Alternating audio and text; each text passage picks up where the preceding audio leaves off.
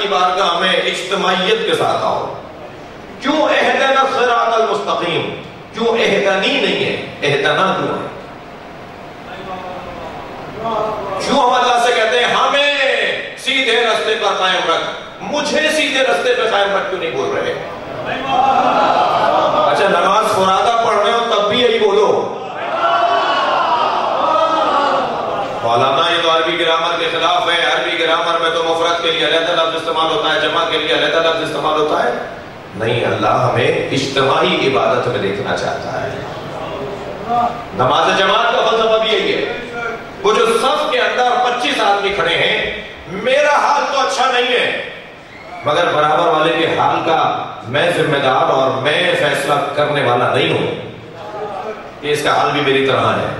کیا معلوم کہ اس کی کیفیت کچھ اور ہو، اور اس کی عبادت اللہ قبول کرے اور برابر والے کی نہ کرے، یہ اس کے کرم کے خلاف ہے.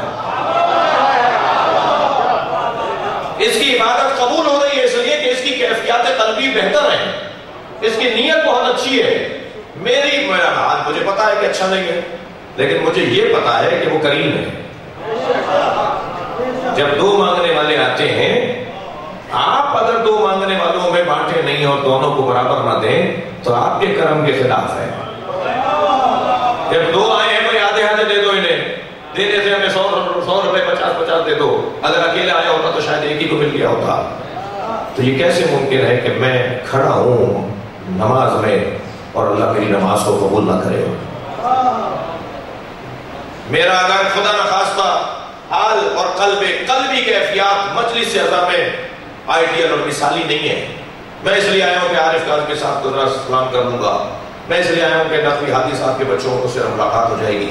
بھائی لخت حسنین صاحب کے مجلس میں ملیں گے، وہاں پر فلاں بھائی بہت عرصہ ہو گیا وہاں کے دوستوں سے نہیں ملے. اگر اس طرح کی میری نیت کے اندر کوئی کمزوریاں ہیں کہ میں نے امام کی مجلس کے ساتھ کسی اور نیت کو ملا لیا ہے، تو جو فلاں بیٹھا ہوا ہے، فلاں بیٹھا ہوا ہے، فلاں بیٹھا ہوا ہے، فلاں، وہ تو اس لیے نہیں آیا، وہ تو رونے آیا ہے.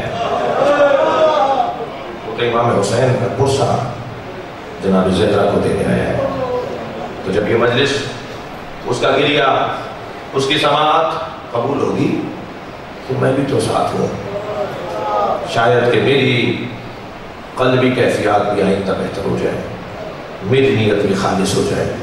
میں بھی اس مجلس میں اس فرش پر اس لیے آگے بیٹھوں کہ مجھے کسی کو منہ نہیں دکھانا، مجھے منہ بگڑا ہوا روتا ہوا منہ حسین کو دکھانا. اگرچہ جب میری آنکھوں میں آنسو آتے ہیں تو میں